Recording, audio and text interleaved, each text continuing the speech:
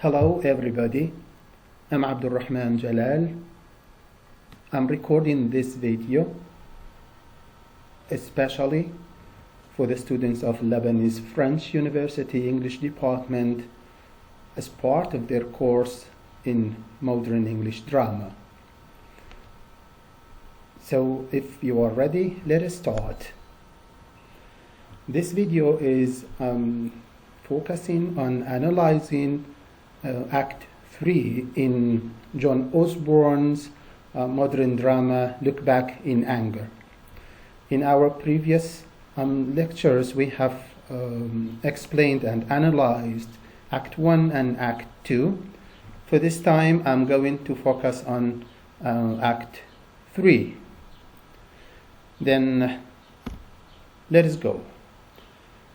Before focusing on anything else, we have to say something about the setting of Act 3. So, as we know, setting is related to time and place where the action taking place. Concerning the space, the place, it's still Jimmy Porter's one-room flat. The time is several months after what happened in Act 2. A Sunday evening. Then we have some stage directions. First of all, it states something about Alison's personal belonging, such as her makeup things on the dressing table, for example. All these things have been removed and replaced by Helena's properties. The second point is that at the rise of the curtain, we find Jimmy and Cliff sprawled, or means sitting in their respective armchairs, immersed in the Sunday newspapers. So Helena is standing left, leaning over the ironing board, and besides her there is a small pile of clothes that she is going to iron. Another important point to mention in the stage direction is that Helena looks more attractive than before, for the setting of her face is more relaxed. This would tell us that she's happy in her stay at the moment. If we want to explain this a bit, first of all, something to say about Helena staying with Jimmy and Cliff in place of Alison for several months. We remember at the end of Act 2, when Alison decided to leave her house, her husband Jimmy and Cliff, she expected Helena also to go. But at the end, she found out that Helena has a sort of a pretext or a kind of justification for staying a little bit longer. She said at the beginning that she is going to stay, Helena said that she is going to stay for one more night, but then here in Act 3 we find out that she had stayed several months, which means that she did not fulfill her promise, or she was not telling the truth to Alison. She was hiding something from Alison that we will come to discover later a little bit more about it. That was one of the points. My second point that I would like to focus is that Helena has fully taken Alison's place.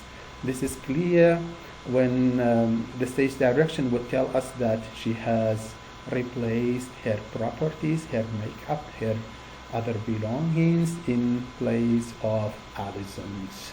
So this is a clear indication that she had another intention when she stayed behind Alison at the house. The third point is that she seems to be enjoying her stay.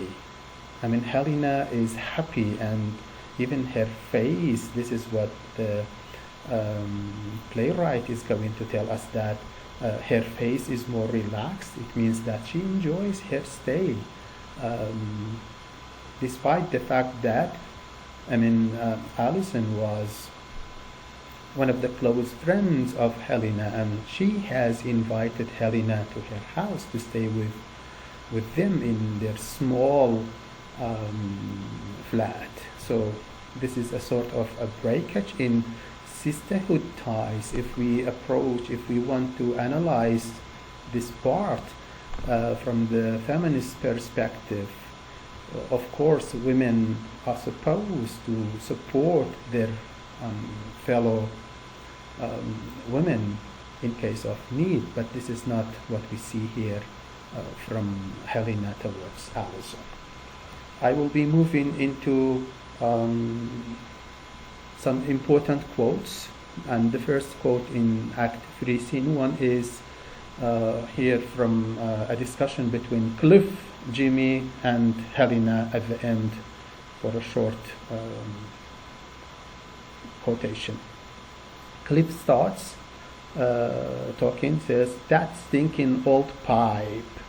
It seems that Jimmy is smoking a pipe, and Jimmy says, "Shut up," or "Shut up." Cliff says, "Why don't you do something with it?" And Jimmy does not immediately reply to this question. He says, "Why do I spend half of Sunday reading the papers?" As we come across this aspect that they are educated, they are graduates, and they focus on reading newspapers very much. Then Cliff says, "It stings." Of course, here he refers to the pipe. The pipe stings. Jimmy immediately replies here by saying, "So do you, but I'm not singing an aria about it. It means that I'm not going to tell everybody about you being stinking as well, like my pipe."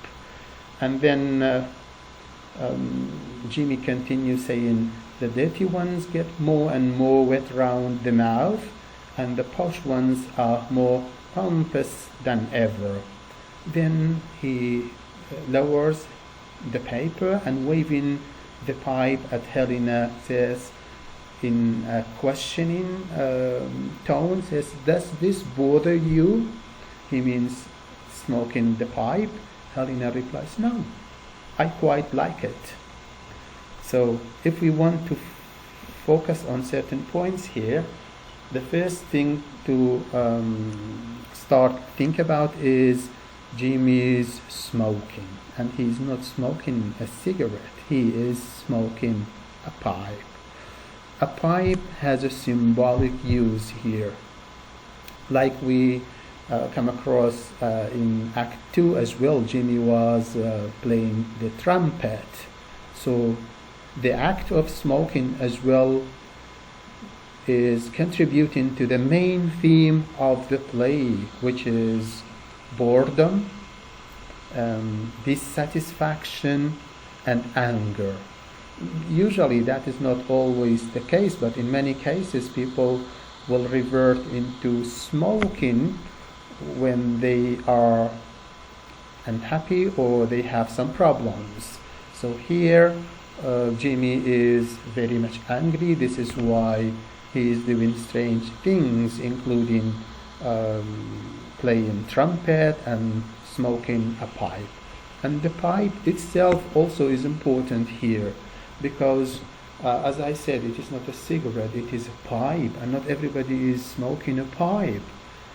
As if Jimmy wants to criticize the high-class people, because normally it is people of a high class that smoking pipes. It's related to a kind of a social status or prestige, if we want to go that far. And Jimmy here wants to say that, well, this is not that important thing. Everybody can smoke a pipe.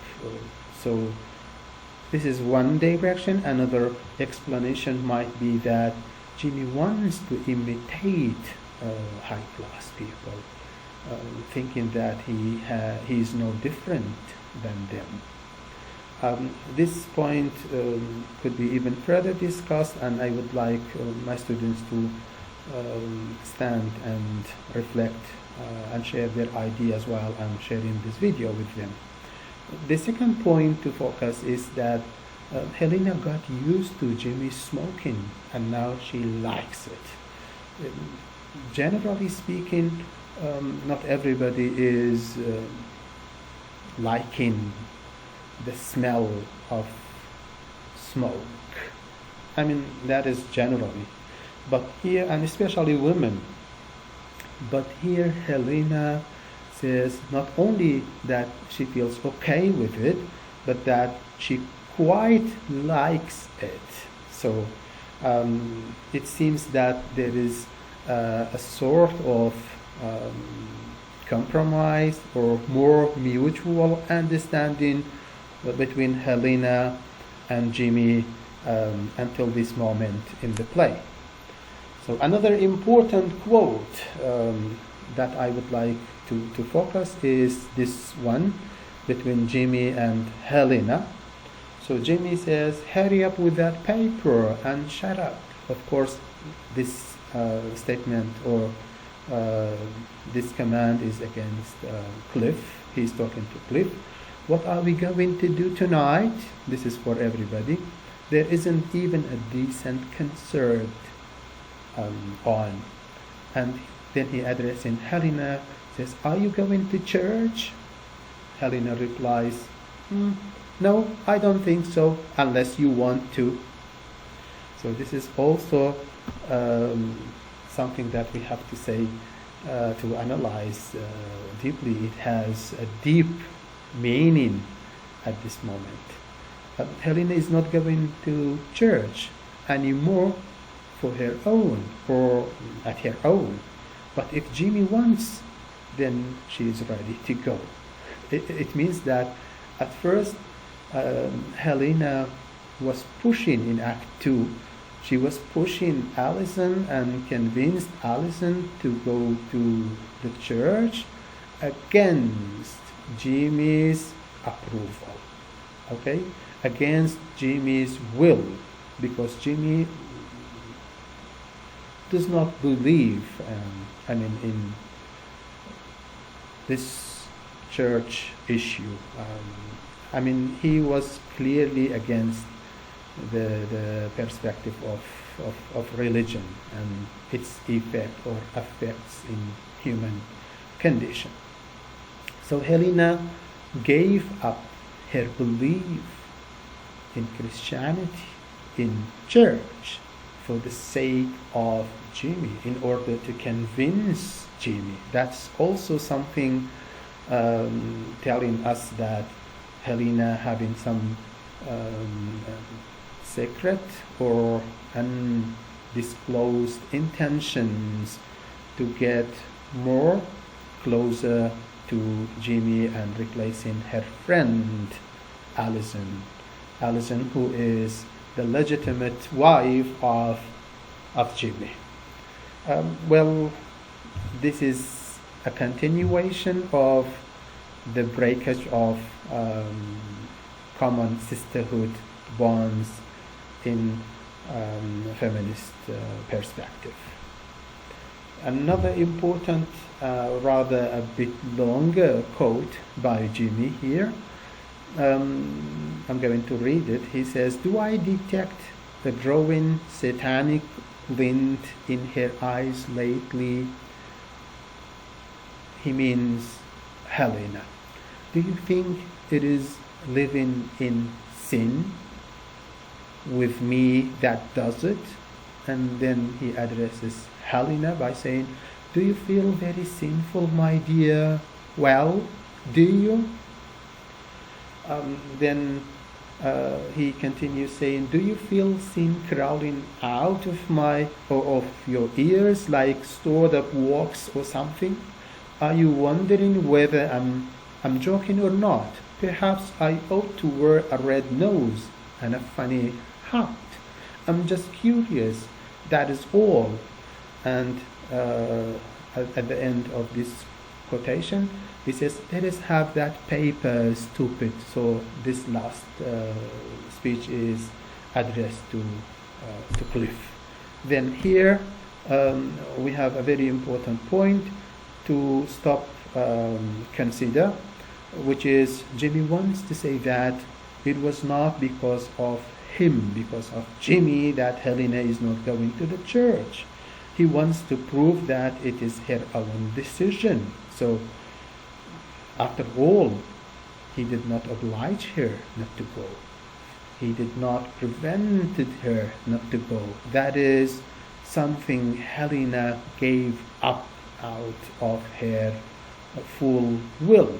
I mean, willingly she said this. And it indicates that humans can change, and not always they would show what in fact or in reality what they are. This theme contributes to the major theme of appearance and reality. In fact, this is life. In life, not everybody is showing their true characteristic and true emotions and feelings, and we don't have the capacity to discover what lies there deep in everybody's heart. Sometimes we misjudge them, and this is why Alison also misjudged her friend Helena, thinking that she is faithful and she is thinking and caring about her, but it seems that it was not the case. And moving further into scene 1 of Act 3, and this is also a shorter quote between Jimmy and Helena. Jimmy says, 2 years ago I couldn't even lift up my head. Now I have more uplift than a film starlet. Then Helena says to Jimmy, can we have one day, just one day, without trembling over religion or politics? Then this would remind us about the same question and the same problem of Alison in Act 1 at the beginning of the play. Here Jimmy thinks that he is now feeling better than 2 years before. If we focus on Jimmy's speech, or Jimmy's part in this quotation, Jimmy wants to say that he's now feeling more comfortable than before when he was living with his legitimate wife, who was Alison.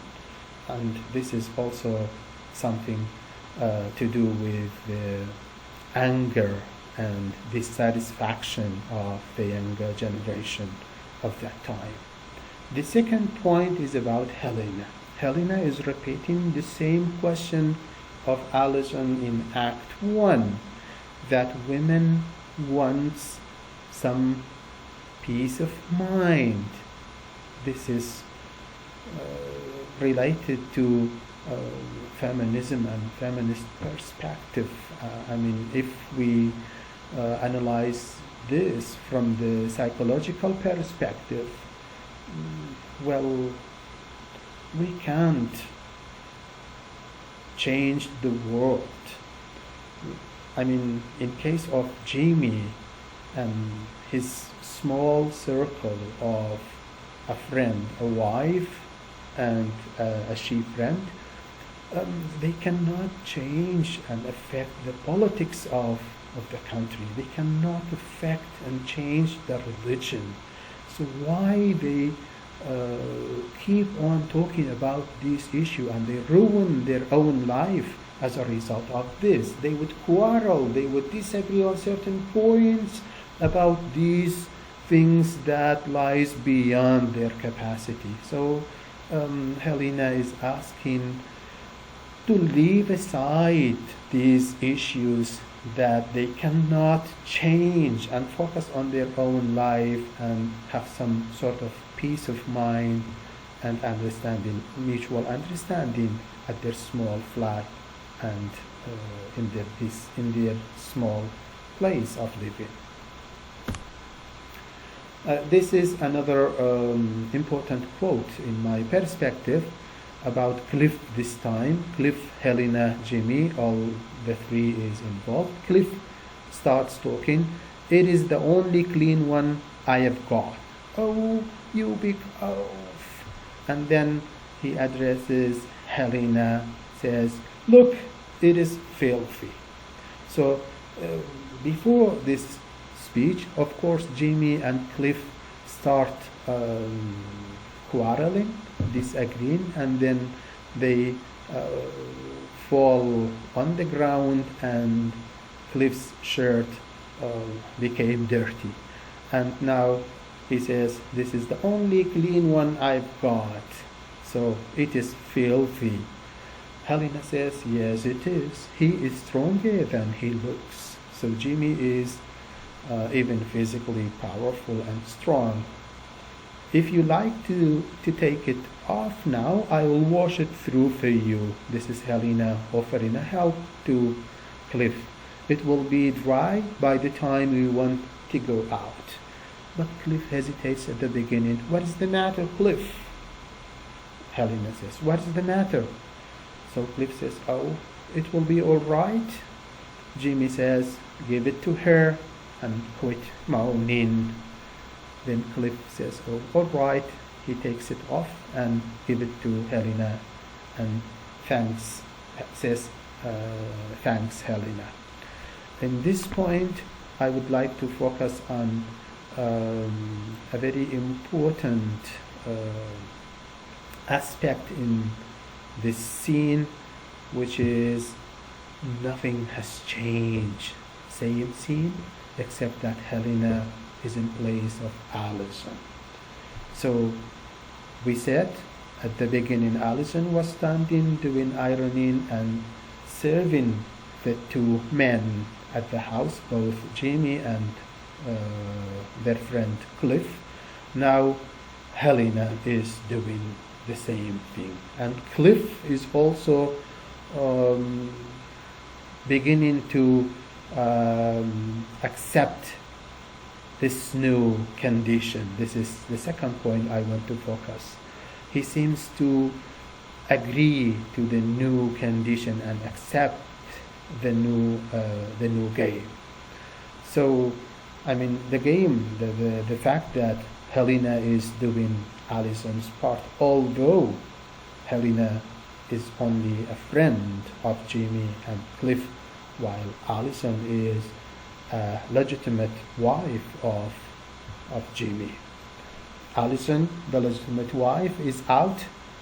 A friend, Helena, is living and occupying her place, living with Jamie and Cliff. And Cliff starts slowly to accept this. I hope this does not continue to the end of the scene, at least for Cliff, because we have seen him before to be more moderate. I mean, a little bit more convenient to live with compared with Jimmy. At least this is what the impression that we have got right from the beginning of the play up to this moment from Cliff. Let's go a little bit further, and then we have one small discussion about Jimmy and Cliff this time. I mean, this mannish discussion. Jimmy said, you look like Marlon Brando or something. You don't care for Helena, do you? Jimmy is asking Cliff, and Cliff says, you didn't seem very keen yourself once. And then he says, it is not the same. Is it? It is not the same means Helena is not the same as Allison.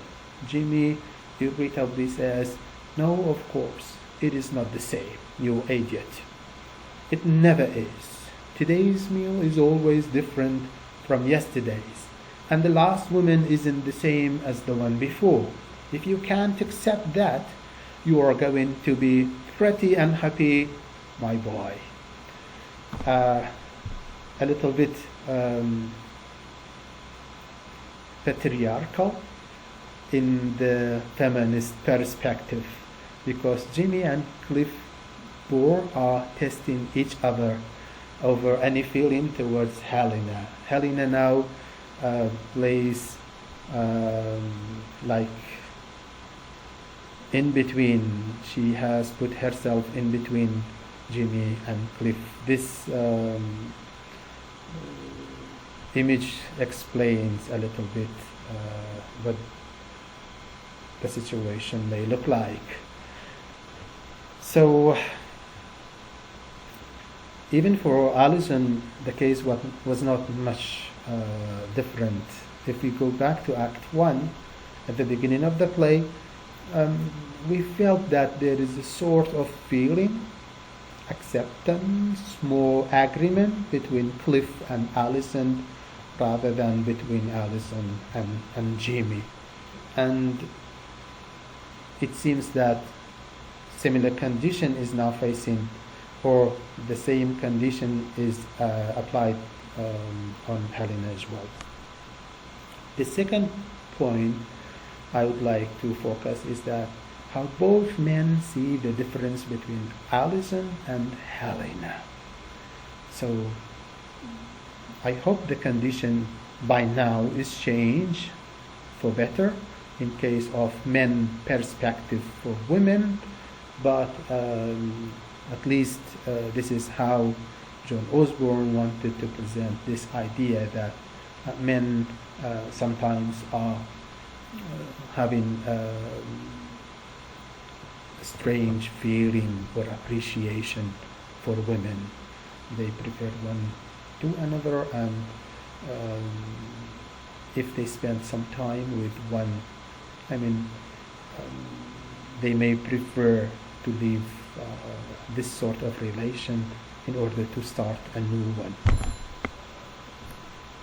This is another important quote, still between Cliff Jimmy. Cliff sits on the arm of his chair and rubs his feet. Jimmy, I don't think I shall stay here much longer. So this is a sort of confession that he intends to move. Jimmy rather casually say, "Oh, why not?" Cliff, picking up his tone, "Oh, I don't know. I've just thought of trying somewhere different. The sweet stall is all right, but I think I'd like to try something else. You are highly educated and it suits you, but I need something a bit better." Then Jimmy says, "Just as you like, my dear boy. It is your business, not mine." So this is what I meant in my previous slides by seeing Cliff to be more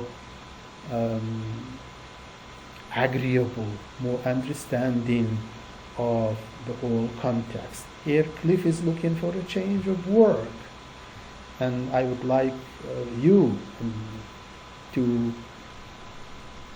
think about this position at this moment, and you may ask why and how, and why at this time, why not before? So these are important questions. We should think about them when we come to analyze Cliff's stance of changing the place and the work as well. So it's a good decision because it leaves Jimmy more privacy. This is Jimmy's private life, but then it was a matter of emergency, not having a place that Cliff kept living there. Or we may also think about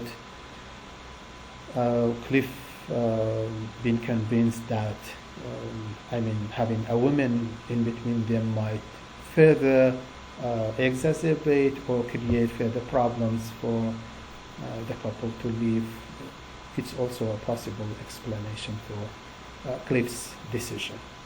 Then I'm going to this possibly last quote in this video.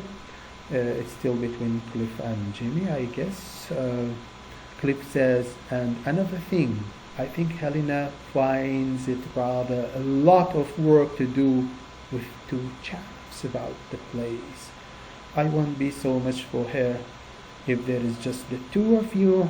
Anyway, I think I ought to find some girl who will just look after me. That was the logical explanation that we were expecting Cliff to think about. And Jimmy says, sounds like a good idea.